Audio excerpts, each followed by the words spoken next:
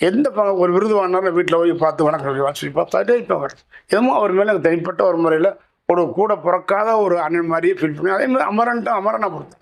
அமரன் அண்ணன் எனக்கு சொன்ன அண்ணன் எனக்கு நான் அவங்க தம்பினே அப்படின்னு சொல்லி அமரன் ரொம்ப நல்ல ஜாலியான முடிச்சு. அமரன் வந்து கரகாட்டக்காரன் கூட இவ்வளோ வரை கட்டி கொடுத்தாலும் எதையுமே ரிஸ்க் இல்லாமல் ஒன்றும் டென்ஷன் ஆகாமல் அப்படியே நீட்டாக நான் சந்தியில் கவுண்டம் நின்று எல்லாம் அப்படியே வேலை பேசி வச்சுக்கிட்டு சார் ரீவா சாதாரண எடுத்த படம் கரகாட்டக்காரன் நம்ப மாட்டீங்க. No tension. மிகப்பெரிய தமிழ்நாட்டோட மிகப்பெரிய விஷயம் படம் சார் அது. இன்னும் கூட போன வாரம் சொன்னார் சார் அதை கரகாட்டக்காரன் பார்த்த ஆடியன்ஸ் வந்து இன்னும் பார்க்குறேன். அன்றைக்கி ரேட்டு ₹1 1 ரூபா 2 ரூபா 3 ரூபா இன்றைக்கி ரேட்டு வேறு. அந்த பார்த்த ஆடியன்ஸுடைய அந்த எண்ணிக்கை அதிகம்ன்றாங்க. ஆமாம் அந்த அளவுக்கு மிகப்பெரிய படம். அது எதுக்கு சொல்லுறேன்னா அமர்நாத் டென்ஷன் எடுத்துக்கலைங்கிறேன். சில பேர் அப்படிங்கிறாங்க இப்படிங்கிறாங்க பிரமாண்டவங்க அங்கத்துக்கு இங்கே போடுன்னு சொல்கிறாங்க தவிர அவர் இப்போ நமக்கு டெக்னீஷியன் எடுத்துக்க முடியா டேரக்ட் பண்ணியிருக்கோம் அஸ்டம் இருக்கோம். அவர் கேஷாக எடுப்பார். அதே மாதிரி எங்கள் டைரக்டர் ராமநாத் சார் குருநாதர் அவர் கொஞ்சம் கூட டென்ஷன் குமரே சார் போயிட்டு நான் போய் எடுத்துக்கின்றார்.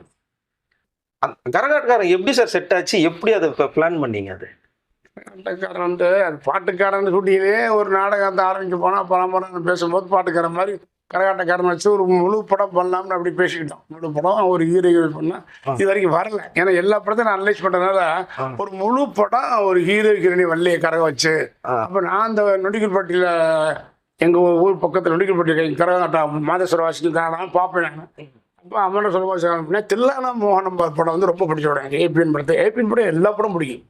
அருமையான டைரக்டர் சார். ஒரு மாதிரி ஒரு புராண படம் இருக்கிறதுக்கு மனுஷன் பிறக்க முடியாது. இது வரைக்கும் படத்தும் கிடையாது. அருமையான தில்லானா மோகனம் பண்ணலாம்னா டிட்பார் ரெட் மாதிரி எப்படி சண்டை வரும் சேருவாங்க, அப்புறம் சண்டை வரும் சேருவாங்க சண்டை விடுவாங்க, இப்படி போகிறோட தான் அன்பே தலைவர் ஆக்ட் பண்ணது.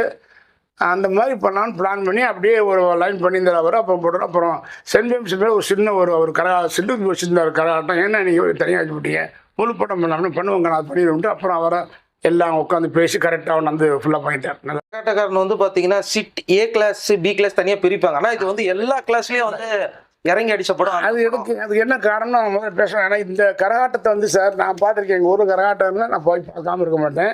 இந்த கரகாட்டம் ஆடுறது 10 11 ஆரம்பிச்சாலும் கிட்டத்தட்ட 2 3 4 வரைக்கும் ஓடும். அந்த நேரத்தில் கரகாட்டத்தை வந்து ஒரு ஐபிஎஸ் அதிகாரியோ ஒரு ஐஏஎஸ் அதிகாரியோ ஒரு ஆஃபீஸர்ஸோ இல்லை டாக்டர்ஸோ வேறு யாருமே போய் பார்க்க முடியாது. அந்த ஆட்டத்தை கரகாட்டம் ஆடுறதை பார்க்க முடியாது. ஏன்னா ஆரம்பிக்கிறது 10 10 முடிக்கிறது 2 3 5 4 ஆயிரும். இந்த நேரம் யார் பார்ப்பாங்க?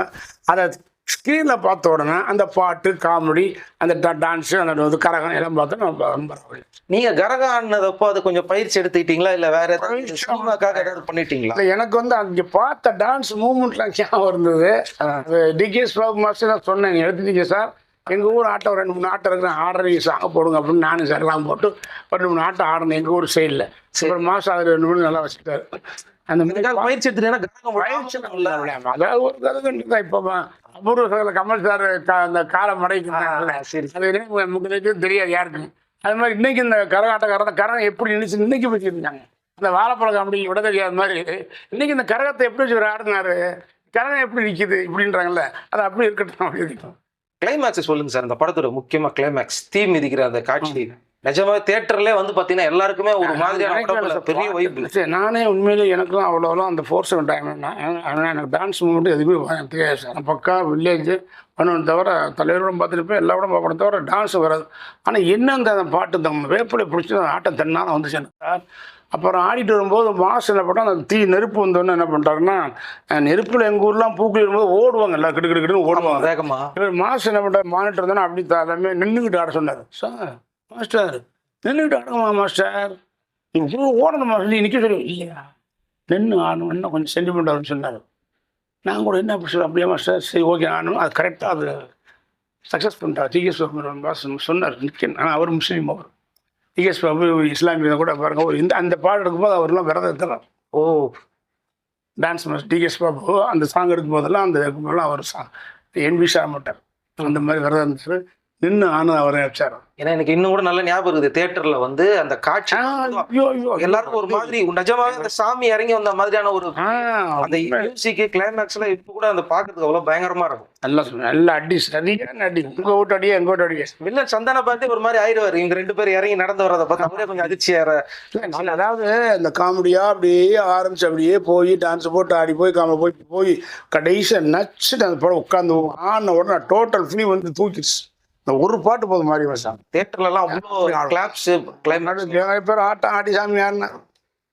அதே மாதிரி அந்த படத்துல காமெடி சார், நீங்க அந்த காரை வச்சுட்டு கவுண்டமணி சார் நீங்க எவ்வளவு சொல்லுவீங்க, பக்கத்துல தானே இருக்குதுங்க, நம்ம காரோட தான் பொண்ணு விடாப்படியா உங்களை ரோட்ல நடக்க வச்சு கூட்டு போற அந்த காமெடி மறக்க முடியாது. இல்லைண்ணா, இப்போ நான் அப்புறம் ஒரு 2 மாதம் முன்னாடி பேசினேன். அண்ணே ஒரே ஒரு சந்தேகம், என்ன கண்ணா சொன்னார்.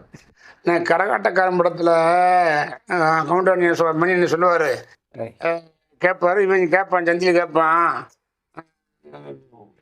சொப்பன சுந்தரி வச்சுருக்க காரை நம்ம வச்சுருக்கோம், இப்போ சொப்பன சுந்தரி யார் வச்சுருக்கான்னு கேட்பாங்க. அது மாதிரி எனக்கு ஒரு டவுட் இருக்கு அப்படின்னு அமரான்ட்டேன். என்ன அப்படின்னா, இப்போ கரகாட்டக்கார படத்தை யார் வச்சுருக்காங்க வச்சுருக்காங்க ஏன் இல்லை போடவே மாட்டாங்களேன்னு அந்த மாதிரி கேட்டு அவர் சிரிக்கிறார். அதாவது அந்த படத்தை பெரிய ஹைலைட்டு சொப்பன சுந்தரி வச்சுருக்க காரை நம்ம வச்சுருக்கோம், இப்போ சொப்பன சுந்தரி இப்போ யார் வச்சுருக்கா அப்படிங்கிறது அடிப்பார், கவுண்டர் அடிப்பார். இப்போ நான் என்ன கேட்குறேன்னா, கரகாட்டக்காரன் இப்போ யார் வச்சுருக்கா அந்த படத்தை?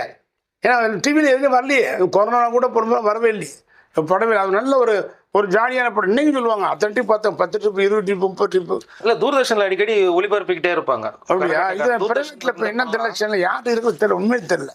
அந்த ரைட்ஸ் இப்போ என்ன ராஜ் டிவி அவங்க சன் டிவி தான் வாங்கியிருந்தாங்க, முடிஞ்சிச்சு விடுங்க மாற்றினாங்க அப்படின்னா தெரியல. அந்த படம் வரவே இல்லை. ஆனால் நிறைய பேர் நல்ல படம் போட மாட்டாங்க, என்னன்னு தெரியல. ஆனா நீங்க வாழைப்பழ காமெடி எதிர்பார்த்தீங்களா? செட்டில் எதிர்பார்த்தீங்களா இல்ல தியேட்டர்ல இவ்வளவு ரெஸ்பான்ஸ் கிடைக்கல? அதுவும் காமெடி வீரப்பனும் அமரனும் அவங்க சேர்ந்து பண்ணாங்க, அதை பற்றி டெவலப் பண்ணாங்க. நாங்கள் அங்கங்கே கொஞ்சம் நானும் கவுண்டமெண்ட்லாம் சிறு சிறு பஞ்சம் சேர்த்துக்கிட்டுருவோம். அதை ஃபுல்லாக காமெடி வீரப்பனும் அமரனை சேர்ந்து நல்லா ஜாலியத்தை எடுத்தார். அது பிரம்மம் இருக்குமே எல்லாருக்கும் இருக்கும். ஆனால் இந்த அளவு பெரிய ரியாக்ஷன் ஆயிடுச்சு. ஆமா, நம்ம சாதாரண நினைப்போம், அது மிகப்பெரிய இதாயிடுச்சு. எல்லாரும் பேசி பார்க்கலாம் ஆரம்பிச்சாங்க, அதை பத்தி பயங்கரமா பேச ஆரம்பிச்சாங்க. அந்த டைலாக் ஸ்பெஷலா, அந்த டைலாக், அந்த வாழைப்பழ டைலாக் வச்சு. அதே மாதிரி நீங்களும் கவுண்டமணி சார் வர்ற இடத்துல மட்டும் எப்படி ராஜா சார் ஸ்பெஷலா உங்க காமெடி மட்டும் அவ்வளோ ஸ்பெஷலா ஒர்க் ஆகுது? எப்படி நீங்களும் கவுண்டமணி சார் வர்ற மட்டும் தனியா இருக்குது, தனித்துவமா இருக்குது காமெடி? அது இப்போ ஒரு அமைப்பு. ஃபர்ஸ்ட் படம் மண்ணுக்கு தப்புன்னு கவுண்டமணி சார் வைத்தியர், நாட்டு வைத்தியர். ஆமா, நல்லா பண்ணிப்பாரு. ஆனா நீங்க அந்த சாப்பாடு சாப்பிட்ற இடத்துல சொல்லுவார் பாருங்க, நான் வீட்டுல வந்து முள்ளு போட்டு வச்சிருந்தேன், நீங்க சொல்லுங்க ஜம்ப் பண்ணி வந்துட்டு அப்படின்னா பாருங்க, அந்த காமெடிலாம் மறக்க முடியாது. சாப்பாடு சாப்பிட்ற வரைக்கும் பாட்டுக்கு நான் அடிமை. அது அந்த காட்சியெல்லாம் நம்ம அவங்க கொஞ்சம் டேரக்டர் செம்ம சொன்னாரு. நாங்கள் கொஞ்சம் அப்படியே அதை வந்து டெவலப் பண்ணி கொஞ்சம் நான் சொல்லி நல்லா அருமையான அதனுடைய ஸ்ராஜியனுடைய என்னென்னா ஃபாலோவர்ஸ் வந்து கண்டிப்பாக வந்து நமக்கு வந்து தலைவர் எம்ஜிஆர் வந்து எங்கள் வீட்டு பிள்ளை சாப்பிடுவார். இந்த கோல எம்ஜிஆர் வர்றதுக்கு முன்னால் இவர் நல்லா சாப்பிட்டுட்டு நைஸாக போயிடுவார். அவர் உட்காருவார், இந்த வாய் வலிச்சு கட்டுவார். அவர் பொதுவாக சாப்பிட்ற சீன் போல அருமையான சாப்பிடுவார். அந்த மாதிரி தான் பாட்டு கடுமையை நான் வந்து அந்த சீன் ஐடியா பண்ணேன். நீங்கள் ஹீரோவில் நல்ல ஒரு பீக்கில் இருக்கும் போதே வந்து பார்த்தீங்கன்னா அந்த செண்பகமே சாமுக்கு வந்து பார்த்தீங்கன்னா வெறும் ட்ரௌசர் மட்டும் போட்டு நடிக்க வச்சிருப்பாங்க. நீங்கள் எப்படி ஒத்துக்கிட்டீங்க? ஒத்துக்கிட்டீங்க பொறுத்த இல்லை சார், இப்போ ஒரு படம் நடிச்சாலே ஒரு ஹீரோ வந்து இதை பண்ண மாட்டேன் அதை பண்ண மாட்டேன்லாம் சொல்லுவாங்கல்ல. அப்போ அந்த நேரத்தில் வந்து அது எப்படி ஓகே? அப்போ எனக்கு தெரியல சார், அந்த நேரத்தில் எனக்கு தெரியல. அந்த கதை சொன்னாங்க போனாங்க. அதை அந்த படத்தில் மேக்கப் இல்லையே. ஆமாம், ரொம்ப இயல்பாக சங்கிலியன் வந்து மேக்கப் வேணான்ட்டார். அந்த மேக்கப் வந்து ரியல் ஆக்கிட்டு விட்டு ஒன்றும் பிரச்சனை இல்லை, சுரு மட்டும் துண்டு மட்டும் போட்டோம். ஏன்னா அந்த என்னோட கேரக்டர் அப்படி ஒரு பால் கறக்கிற பையன் மாடு மேய்க்க பையன் பித்த இருக்கிற போகும்போது அப்படி கேட்ட வந்துச்சு. பட் ஒரு ஸ்டேஜுக்கு அப்புறம் அவங்க ஒரு போனால் ஒரு சட்டை ஒன்று கொடுத்தாங்க, அது நிஷானி தூக்கி போடும், அது போட்டு வருவேன். அது செந்தில் சட்டையாக இருக்கணும். அது ஒரு யதார்த்தமான ஒரு சின்ன ஒரு ஒரிஜினலாக ஒரு ஆடு மாடு மேய்க்க கிராமத்தை எப்படி அப்படி தான் நினச்சிட்டு இருந்தோம். அதை பற்றி ஒன்றும் அது இல்லை. சொல்லுவாங்க டவுசர் கூட சொல்லுவாங்க. இப்போ கூட சாமி டைலாக் இருக்குன்னு நினைக்கிறேன். சாமி இல்லை, அது ரவிக்குமார் ஏதாவது வந்து உள்ளே வந்து நான் தூக்கி உட்கார வச்சு அடிச்சு முட்டி கழட்டி டவுசர் கழட்டி அப்படின்னாரு. நான் சொல்லுவேன், நாங்கள் டவுஸோட வாழ்க்கை ஆரம்பிச்சோம் பார்த்தா போய் இன்றைக்கி இறக்க மறக்க முடியாது. ஆனால் டைலாக் ஒன்று சேர்க்கதான் இருந்துச்சு. அந்த இன்ஸ்பெக்டர் கமிஷனர்கிட்ட நீங்கள் வேணால் பிறக்கும் போது யூனிஃபார்மில் வந்துருக்கலாம், எனக்கு அது தேவையில்லை. நான் சொல்ல வச்சுக்கோங்க, டைலாக் மிஸ் ஆகி போச்சு, இருக்கல. நீங்கள் வந்து பார்த்தீங்கன்னா அரசியலில் இருந்தப்போ வந்து பார்த்தீங்கன்னா அவர் ரொம்ப சுத்தம் அப்படின்றாங்க நிறைய பேர். அவர் வந்து பிழைக்க தெரியாதவர், ஆனா ரொம்ப நேர்மையானவர் அப்படிங்கிற மாதிரிலாம் நிறைய பேர் சொல்லுவாங்க. நான் பாட்டுக்கு போகிறேன். ராமராஜன் சார் வந்து பயங்கர நேர்மையானவர், நினைச்சிருந்தானா எவ்வளவு உச்சத்துக்கு வேணாலும் போயிருக்கலாம். அது எனக்கு இப்போ சொல்லுவாங்க இவர் பெரிய படம் நடிக்காதனால தான் இப்படி ஆயிடுச்சு அப்படி சொல்லுவாங்க. பெரிய படம் எப்போ வரும்? மார்க்கில் இருக்கும்போது வரும் இல்லைங்களா? அப்படி தான் வருவாங்க. அதனால இவர் என்ன கேட்டீங்க? அதான் நீங்க வந்து நல்ல உச்சத்தை போக வேண்டிய ஒரு அரசியல்வாதியா பெரிய அளவில் வர வேண்டிய என்ன சொன்னாங்கன்னா, இவர் அரசியலுக்கு போனதுனால தான் அப்படின்றத விட சார் எங்கே போனாலும் எங்கே இருந்தாலும் எங்கே போகாட்டியும் நடக்கிறது நடந்துக்கிட்டே இருக்கும். நம்ம நினைப்பு இப்படி வருது அவ்வளோதான். ஏன்னா இப்போ நான் அரசியல் 88 சேர்ந்தேன். 88, 89, 3 வருஷம் இன்னைக்கு வரைக்கும் சேர்ந்தேன். ராமராஜனோட சினிமா மார்க்கெட் என்னன்றீங்க நீங்கள் நினச்சி பாருங்கள். என்னுடைய மார்க்கெட்டு 86 நவம்பர் 28 படம் ரிலீஸ் நம்ம ஊரில் வரும். 87, 88, 89, 90 4 ஆண்டுங்க. 4 வருஷத்தில் ராமராஜன் படம் ஓடுது. இன்னைக்கு வரைக்கும் பேசியிருக்காங்க. அது என்ன எனக்கு அதிசயம் எனக்கு தெரியலையே, எப்படி ஓடுது தெரியலையே, அமைஞ்சிருச்சு. அது நானும் ஸ்டூடியோ அண்ணன் கவுண்டர் பண்ணி பேசிக்கிட்டு இருப்போம். அமைஞ்சிருக்குது ராமராஜன் அப்படின்னு. ஆமாண்ணே அமைப்பு வந்தது அப்படியே. நீங்க அரசியலுக்கு போன உடனே என்ன சொன்னாங்க உங்களை சுற்றி இருக்கிறவங்க எல்லாம்? நீங்க அரசியலுக்கு போன உடனே அது சொல்லுவாங்க, இது தேவையில்லாத வேலை பண்ணுவாங்க. அதெல்லாம் இல்லை பிடிக்கலையா நமக்கு வந்து இப்போ என் கல்யாணத்துக்கு வந்தார்ல அவர். சாதாரண வந்து ஒரு கிராமத்தில் பெங்களூர்ல இருந்து பார்க்கும்போது தலைவரை பார்த்தாலும் இப்போ அவரே வந்து மேரேஜ் பண்ண வைக்கணும் ஒரு சந்தோஷம் இருக்காதா?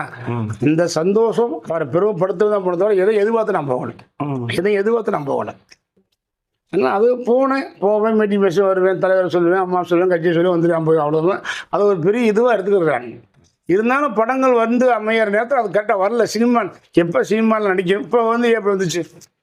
இத்தனை வருஷத்துக்கு இப்போ படம் வந்து போடிக்கிட்டு சொன்னேன். என்ன நினைக்க முடியும்? அது நம்ம முடிவு பண்ணுறதுக்கு நம்ம முடிவு பண்ணல. அப்போ ஏற்கனவே முடிவு ஆனது. இப்போ நீங்கள் கேட்குறீங்க, முன்னாடி கேட்டீங்க, எங்கேயும் போயிட்டு இருந்தேன் வேலை முடியல. இந்த நேரத்தினால அவர் டூயின் ஆக்சிட் கேட்டிருந்தேன். கரெக்டாக இந்த சித்ரா நான் போயிட்டு இருந்தேன். அப்போ கூட பேசும்போது நீங்கள் கேட்டீங்க, யாரும் கேட்டார், நான் போலியாக இருந்தேன். நேற்று ஒரு வேலையில் போவேன், நீங்களே போக நீங்கள் வாங்கன்ட்டு வரல வாங்கன்ட்டு. ஸோ அது வந்து ஒரு அமைப்பு. எந்த நேரம் நடக்குமோ அந்த நேரம். உங்களுக்கும் ஜெயலலிதா அவர்களும் அவங்கள சந்திச்சப்போ அவங்ககிட்ட என்ன பேசினாங்க? அவங்க நல்லா பேசினாங்க. ரொம்ப சந்தோஷப்பட்டாங்க. அது மட்டும் இல்லை, கடையில் முதல் மீட்டிங் மாதிரி தம்புதலா அம்மாவோட பேசினேன். அதுக்கப்புறம் என் குழந்தைங்க பிறந்தேன்னா அந்த கிரசட் பார்க் ரோடு ஒன்று இருக்கு, குணசன் நசியும். அங்கே தான் குழந்தை பிறந்த 88 அந்த ஒரு சந்து மாதிரி இருக்கும். அதுக்குள்ளே வந்து அவன் பிள்ளைங்களை செயின் போட்டு வாங்கி போனாங்க. அப்புறம் பிரச்சாரம் 89 போகும்போது ஒரு வேன் அம்மா வீட்டு வாசல் நிற்கிது வேனு. இந்த வேன் தலைவர் எனக்கு கொடுத்த வேனு, இது நான் உங்களுக்கு தரேன், எடுத்து போங்க.